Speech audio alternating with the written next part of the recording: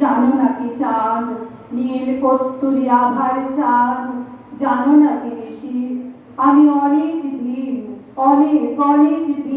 অন্ধকারে সারাচ্ছাড়ে অনন্ত মৃত্যুর মতো মিশে থেকে হঠাৎ ভোরের আলোর মূর্খ উচ্ছ্বাসে নিজেকে পৃথিবীর জীব বলে বুঝতে পেরেছি। আবার ভয় পেয়েছি অসীম দুর্নিবার বেদনা।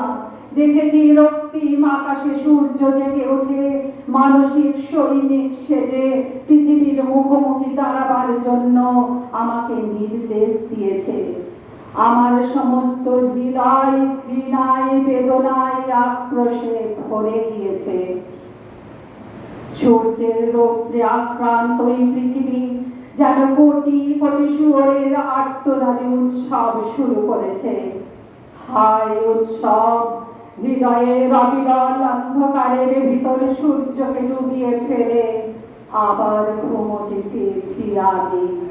অন্ধকারের স্তরের ভিতর জনির ভিতর অনন্ত মৃত্যুর মতো মিশে থাকতে চেয়েছি। হে নর, হে নারী, তোমাদের পৃথিবীকে চিনিনি কোনোদিন।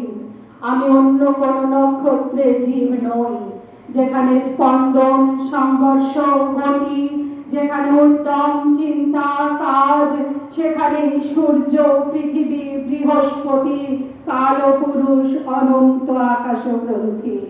শত শত শুকরের চিৎকার সেখানে, শত শত শুকরের প্রসব বেদনার আড়ম্বর, এই সব ভয়াবহ আরতি।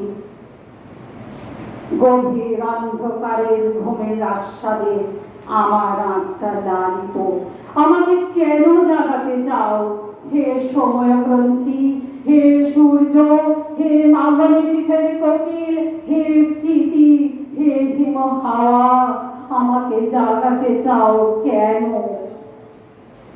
অরব অন্ধকারের ঘুম থেকে নদীর ছলছল শব্দে জেগে উঠব না আর। তাকিয়ে দেখব না নির্জন বিমিশ্র চাঁদ বৈতরণীর থেকে অর্ধেক ছায়া গুটিয়ে নিয়েছে কীর্তিনাশার দিকে।